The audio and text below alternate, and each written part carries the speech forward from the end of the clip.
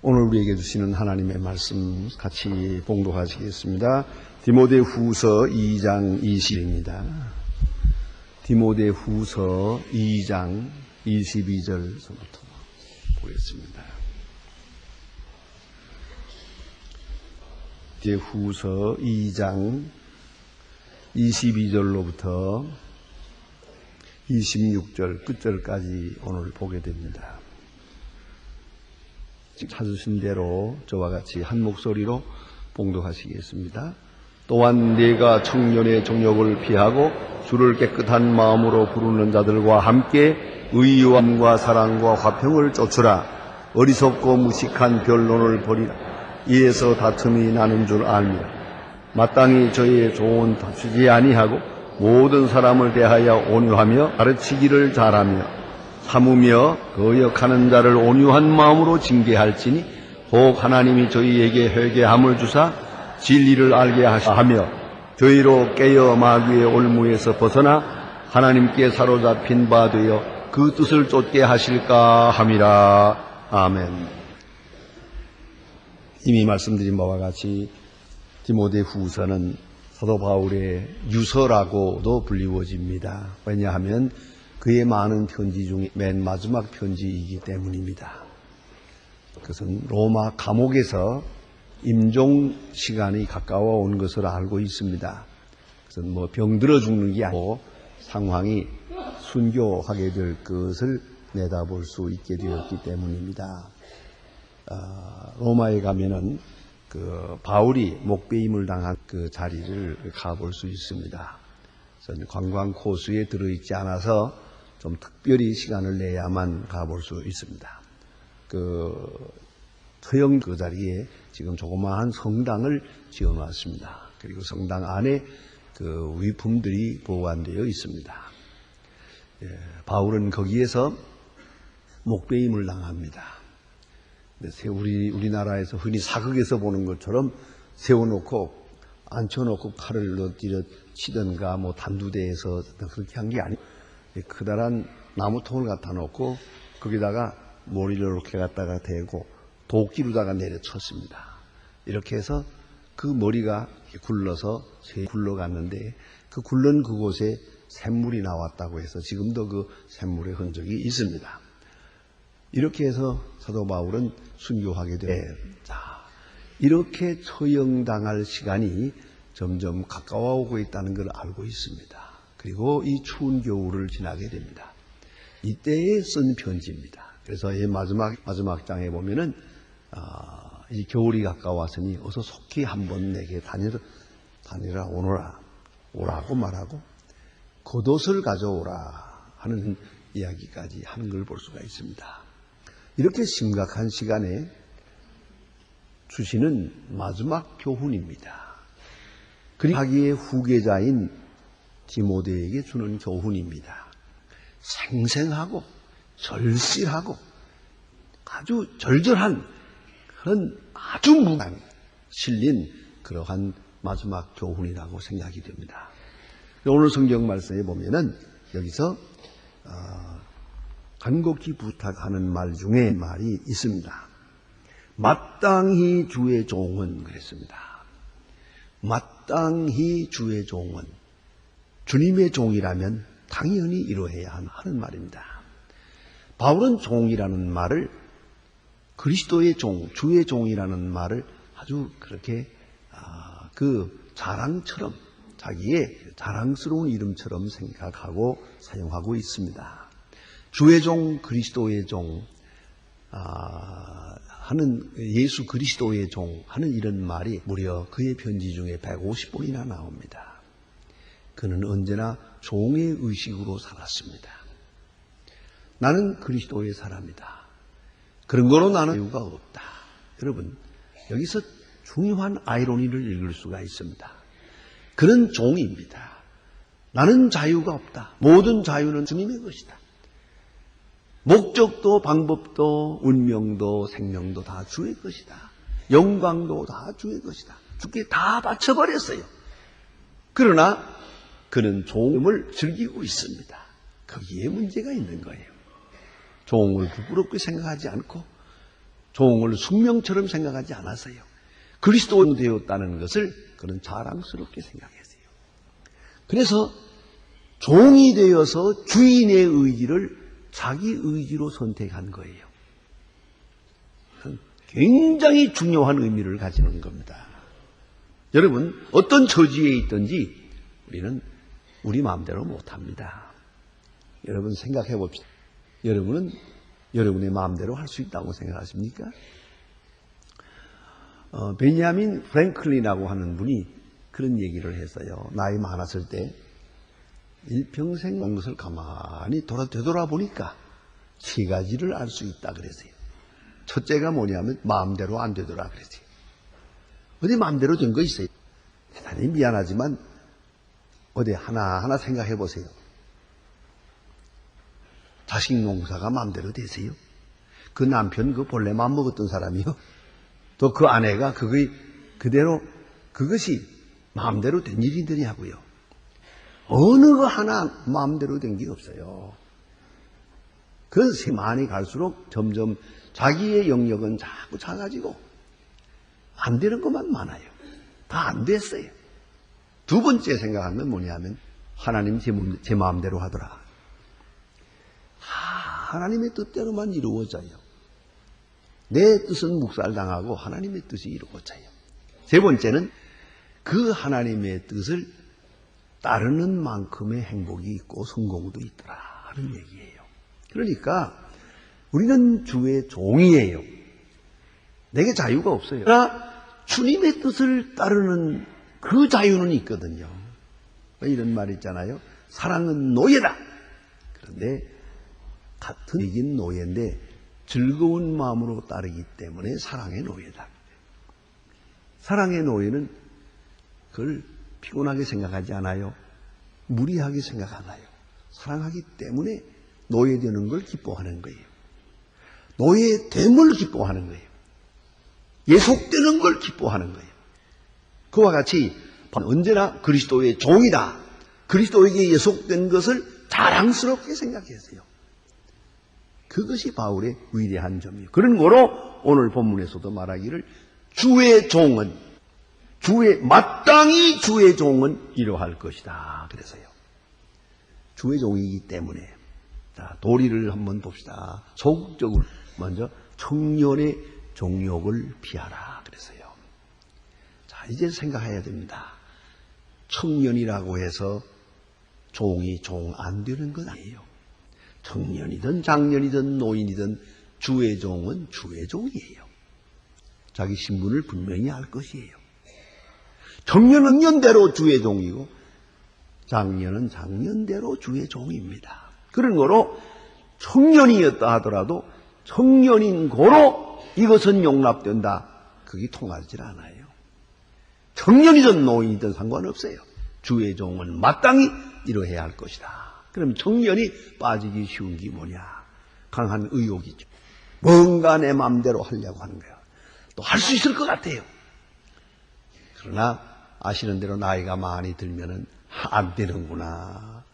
내 마음대로는 안 되는구나 하는 걸 알게 되죠. 철이 나는 거죠. 네?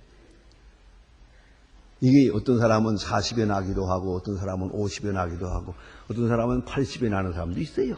네. 철나고 다음날 죽어요. 그러니까 그렇잖아요. 안 되는구나. 마음대로 안 된다. 이게 철나는 거거든요. 그런데 청년의 종욕이란 청년은 뭔지 다 할 것 같아요. 그때만은 그래요. 그러나 사실 알고 보면 어리석은 생각이죠. 또 하나는 성취욕에 사로잡힙니다. 뭔가를 만들고 싶어요. 뭔가 될 것도 같고 또 돼야겠다고 생각을 해요. 꿈이 많아요. 계획도 많고 설계도 많습니다. 또 하나 청년의 잘못된 것은 성급해요. 뭐든지 급하게 연락을 해요. 좀 더 기다리고 1년, 2년, 10년 기다리는 그런 마음은 없어요. 젊은이의 약점은 바로 인내욕이옵시다. 속전속결이야. 그렇게 해결하려고 그래요. 자, 청년은 말이에요. 그래서 단순 모든 문제를 끝을 내려고 그래요. 그러나 그렇게 되는 법은 없거든요. 이게 청년의 종욕을 피하라는 것이고요. 또 하나는 청년이기에 정치적 욕망 하나예요. 남을 다스리려고 해요. 내가 남에게 순종하기보다는 무언가 다스리는 위치에 있어보려다. 그러면서 많은 시험에 약합니다. 돈에 약하고 이성에 약하고 그렇습니다. 이 모든 것들 다 합해서 종욕입니다. 청년이기 때문에 가지는 그런 정욕이 있어요. 디모데는 젊어요. 그런 거로 사도 바울은 말합니다. 이것을 피하라. 너는 누의 종이다. 청년이라고 하는 것으로 오는 그런 속성들이 너와는 상관이 없다. 모든 것을 피하라. 그렇게 말합니다. 그리고 적극적으로는 의와 믿음과 사랑과 화평을 좇으라. 아주 귀중한 말씀이에요. 하나님께 대해서는 언제나 의를 찾아가야 돼요. 이건 한치의 양보도 없어요. 의는 기본이에요. 의가 적선이 아니에요. 의는 기본적인 것이요. 우리가 길에 나가면 보통 법규를 지켜야 됩니다. 그건 의예요. 그거 잘 지켰다고 상 줄 것도 없고 상 받을 것도 없어요. 이건 기본. 우리가 가지고 있는 하나님의 말씀에 따라 살아야 하는 의가 있어요. 그것이 바로 율법이요. 율법에 따르는 의로시다. 그 다음에 자기 자신에 대해서는 믿음이에요. 이걸 알아야 합니다. 자신에 대해서. 이 믿음이라는 말은 피스티스예요. 다시 바꾸면 진실이란 말이에요. 자기 자신에 대해서는 진실이 기본이에요. 모든 문제에서 진실해야 돼요. 특별히 지도자는 그렇습니다.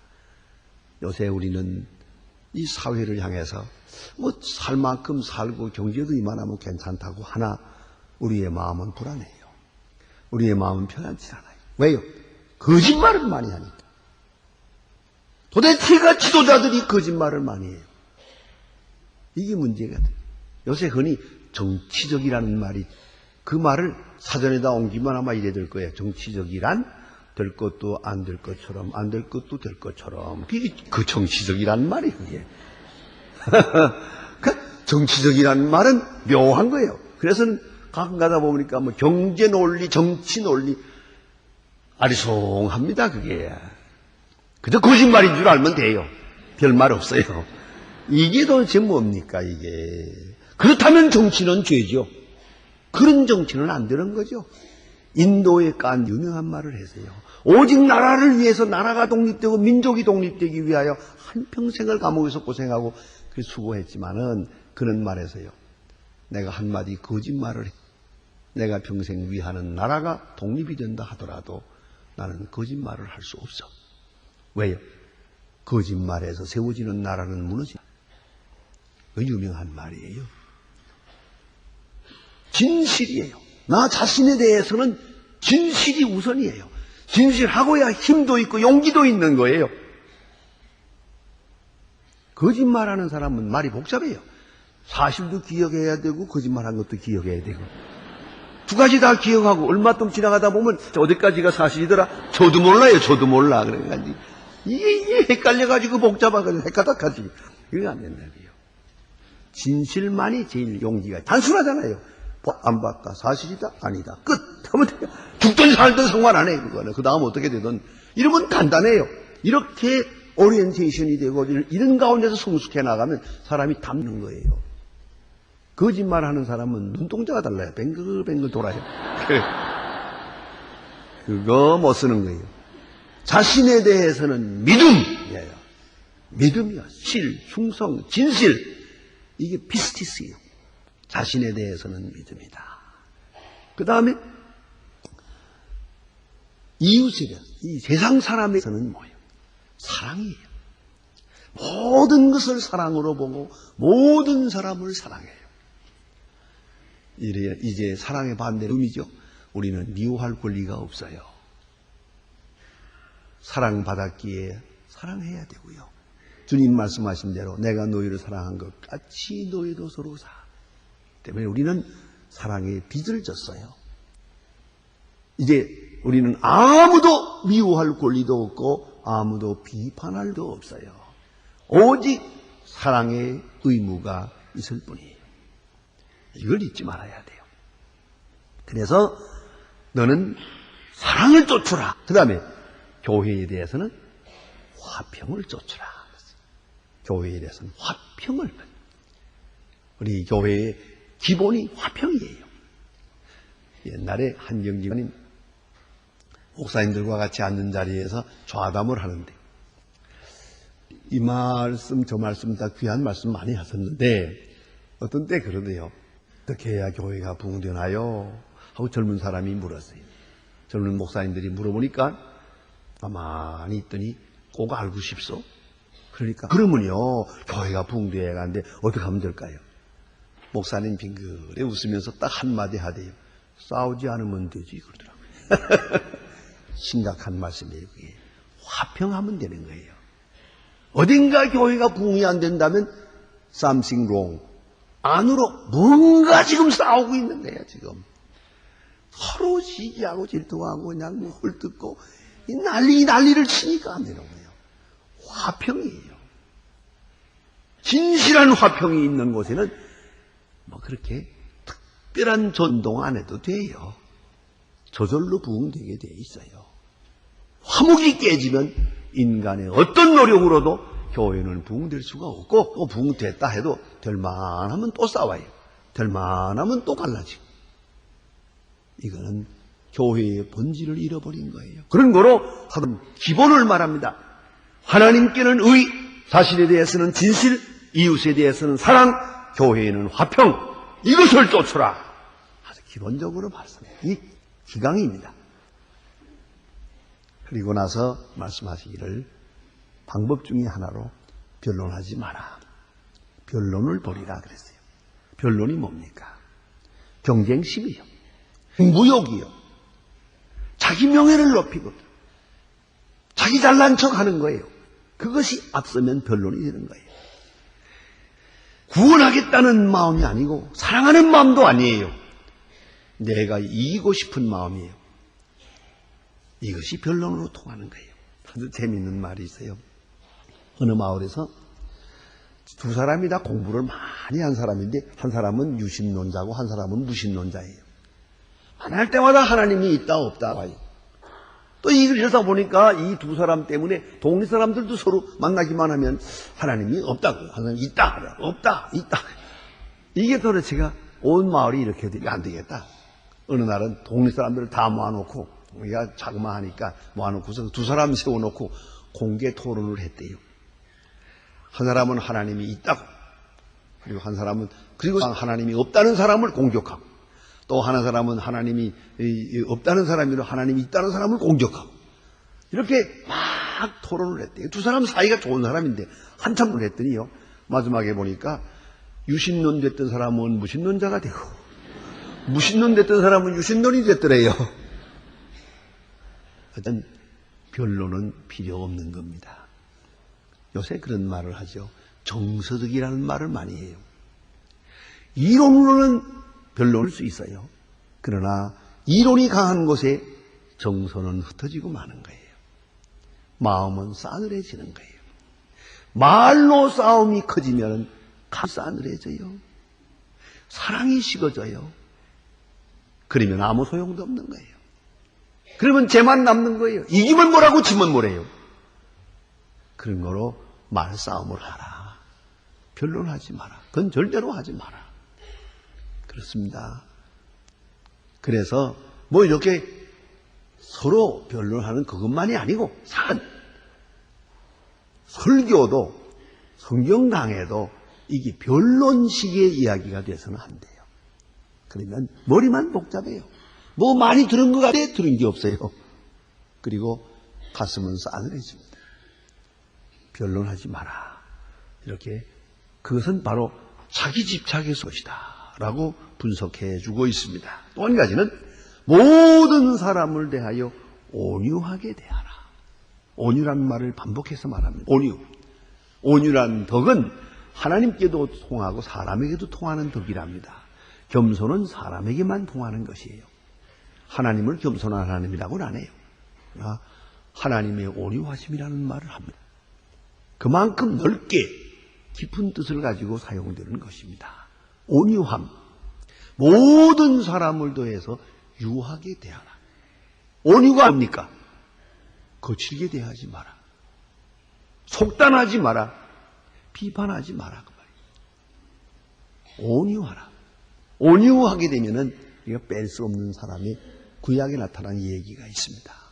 모세가 하나님 앞에 범죄했어요. 확실히 잘못했어요, 모세가. 그러나 모세를 비난하는 것이 바로 그 누나였어요, 미리암이. 누나가 비난하고 많은 사람이 비난을 했어요. 모세는 많이 있었어요. 말 없이. 왜 그랬을까? 근데 하나님은 뭐라고 말씀하는 거 아니? 모세는 모든 사람들보다 이 세상 모든보다 가장 온유한 자니라 그랬어요. 하나님은 모세를 칭찬했어요. 가장 온유한 자니라.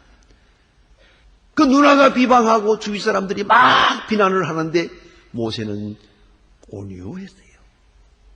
하나님께서 모세를 칭찬했어요. 그리고 미리였어요. 자, 이제 한번 생각해 봅시다. 모세의 온유함이 뭔가? 충분히 짐작이 가죠? 이랬을 것 같아요. 죄인 보고 죄인이래 무슨 할 말이 있노? 가만히 이렇게. 예? 내가 잘못한 걸 잘못했다고 하는데 내가 무슨 말을 할 거냐 이거요. 여러분, 거기서 문제가 돼요. 온유가 뭐니까.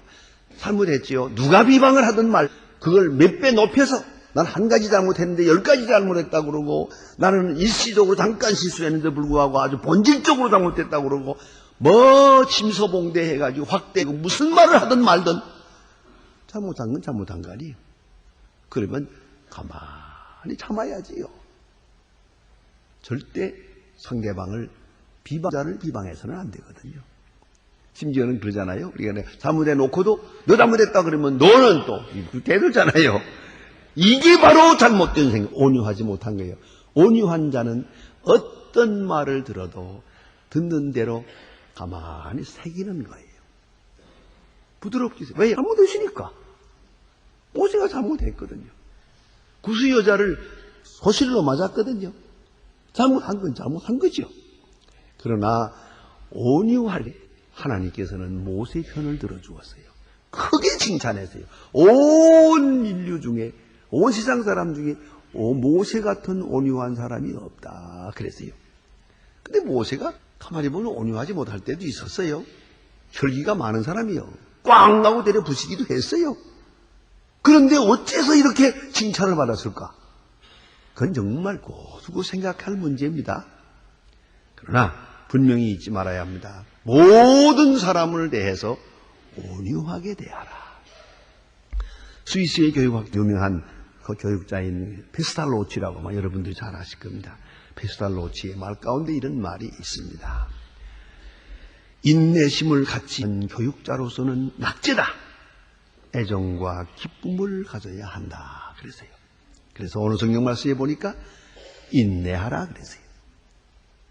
방법적으로는 하나님 앞에 의롭고 자신에 대하여 진실할 때, 모든 사람을 사랑으로 대할 때 인내하게 되는 거예요. 지도자의 기본 자세입니다. 어느 때나 보세요. 심지어는 여러분 앞에 있는 어린아이들을 가르칠 때도 인내해야 돼요. 속단하면 안 돼요. 잘 참아야 돼요. 너무 속단하지 마세요. 제가 언젠가 우리 여집사님 하나가 그래요. 남편이 밖으로 다니면서 술도 많이 마시고 좀 속을 썩이긴 해요. 그러니까 아들은 잘 키워보려고 하는데, 그런데 얘가 말썽을 부리거든요. 그러니까 당장 무슨 생각을 하는 거 아니? 요거의 제비 닮았고 그런 생각을 했단 말이에요. 그런데 밤낮 또 여학생하고 놀아요. 얘가 지금부터 벌써 여자 발킴증이 있대요. 그래서 나한테 와서 걱정을 하더라고. 그래서 내가 몇 살이요? 그랬더니 국민학교 4학년이래요. 그래서 내가 인내가 없어요. 여러분, 오래 참고 보세요. 너무 단하지 마세요. 다 장난하는 것 같아도 그게 발명가가 되는 거예요. 말썽 부리기 같아도 그건 자유의지가 있는 거예요. 자기 의지가 있는 거라고요. 여러분 생각에는 앉으라면 앉고 서라면 서고 가라면 가고 자라면 자고 그러면 좋을 것 같죠? 아무 상관도 못해요. 교육은 인내해야 되는 거예요. 오래 참고 기다려야 됩니다. 그리고 가르치기를 잘하며 그러세요. 가르치려면 어때야 되지? 이해해야죠. 이해력이 있어야 가르칠 수 있는 거예요. 설득력이 있어야 가르칠 수 있는 거예요. 또 사랑의 마음이 있어야 가르칠 수 있는 거예요. 사랑이 서로 통하지 않고는 절대로 교육은 이루어지지 않아요. 자, 그래서 거역하는 자를 온유함으로 징계하라. 그런데 여기 징계에 대해서 아주 신학적으로 깊이 생각할 중요한 말씀이 있어요. 그래서 자세히 들어보면 이렇습니다. 너희가 거역하는 온유한 마음으로 징계할지니 25절 중간에 혹 하나님이 저를 회개함을 주사 진리를 알게 하실까 하며, 한다고 다 되는 거 아니고 가르친다고 다 되는 거 아니에요. 혹시 이 방법을 통해서 하나님께서 저를 회개시킬는지도 모른다 이 말이에요. 다시 말하면 내가 할 일을 할 뿐이에요. 그 다음은 하나님이 하시는 거예요. 가르치든 징계하든 뭘 하든지 간에 하나님이 나를 통해서 역사하신다고 하는 그런 신학 정체의식을 가지고 있어야 돼요. 내가 가르치면 되고 사랑을 베풀면 되고 내가 인내하면 되고 내가 징계하면 되고, 아니요. 다 할 수 있어요. 그러나 마지막 결정은 저분이 하시는 거예요. 그걸 잊지 마세요. 나를 통해 가르치고 나를 통해 징계하시는 것이지 내가 저의 운명을 결정할 수 있는 건 아니에요. 그러한 온유와 겸손한 마음이 있어야 됩니다. 그래서 언제나 우리는 잊지 말아야 돼요. 하나님이 하실 일이 할 일이 있어요. 내가 할 일만 내가 하는 거예요. 그 다음은 기다리세요. 저는 어거스틴에 대해서 옛날에 책을 읽을 때 늘 마음에 그걸 두고 있어요. 그래서 누가 와서 우리 아들이 뭐 집을 나갔는데요, 내가 뭐 어떻게 됐는데요, 그러면 내가 그때마다 한마디씩 합니다. 어거스틴은 13년 동안을 방탕했습니다. 그러나 어머니는 낙심하지 않았습니다. 아직도 13살도 안 됐는데 뭘 그렇게 다 그러시냐고. 기다리시라고요. 그리고 온유한 마음으로 기다리시라고요. 인내함으로 기다리시라고요. 이해하는 마음으로 사랑의 시각으로 기다리시라고요. 주의 종은 그러해야 한다. 이 기본 자세를 말씀하고 있습니다. 아브라함 링컨은요, 여러분 잘 아시는 대로 학교에 한 1년도 받지를 못했습니다. 20세까지는 손에 도끼 자루를 놓아본 일이 없다고 기록하고 있습니다. 그러니까 부지런히 일을 해야 했어요. 도끼를 들고 나무를 패고 일을 해야 했어요. 그렇게 산 사람이에요. 네, 직업도 다양해서 뱃사공, 농부, 노동자, 장사꾼, 품팔이, 인쇄소 직공, 군인, 우체국 직원, 측량사, 변호사, 의원, 상원 의원, 그리고 대통령. 참 많이도 봤거든요. 여러 가지. 안 해본 일이 없어요. 근데 아브라함 링컨의 믿음은 아주 유명합니다. 정말로 훌륭합니다. 모든 사람으로부터, 어쩌면 모든 인류로부터 존경을 받는 어른이옵시다. 그는 온유하고 겸손했습니다. 그는 이해심이 많았습니다. 그 아버지가 옛날에 구두수선하는 사람이에요. 그가 이렇게 무식한 사람이 상원의원에 가서 연설을 할 때 귀족이요 많이 한 사람 하나가 상원의원에 한 사람이 아브라함 링컨을 비방하며 그런 말을 했어요. 당신같이 무식한 대통령을 우리가 모시게 됐다는 것 참으로 부끄러운 일이다. 자기 구두를 벗어가지고 들고 이 구두가 당신 아버지가 만들어준 거예요. 그러니 당신도 구두 만들 줄 알겠고요. 이런 식으로 비방을 했어요. 그러나 아브라함 링컨은 전혀 언짢게 생각하지 않고요. 대답을 뭐라고 한지 아세요? 내가 아버지에 대해서 오랫동안 잊어버리고 있었는데 훌륭한 제 아버지를 생각나게 해주어서 감사합니다. 그랬어요. 온유 대답을 했어요. 그뿐 아닙니다. 아버지 등 너머로 제가 구두 깁는 법을 배웠습니다. 당신의 구두가 떨어지거든 제게 보내세요. 제가 수선해 드리겠습니다. 모든 사람이 숙연해졌어요. 그는 온유했어요. 그는 겸손했어요. 그리고 충분히 사건과 사람을 이해하는 사람이었어요. 그래서 많은 사람으로부터 존경을 받았죠. 그는 항상 이렇게 말하고 있어요. 나는 항상 배우는 사람이다. 모든 사건을 통해 배우고 모든 사람을 통해 배운다.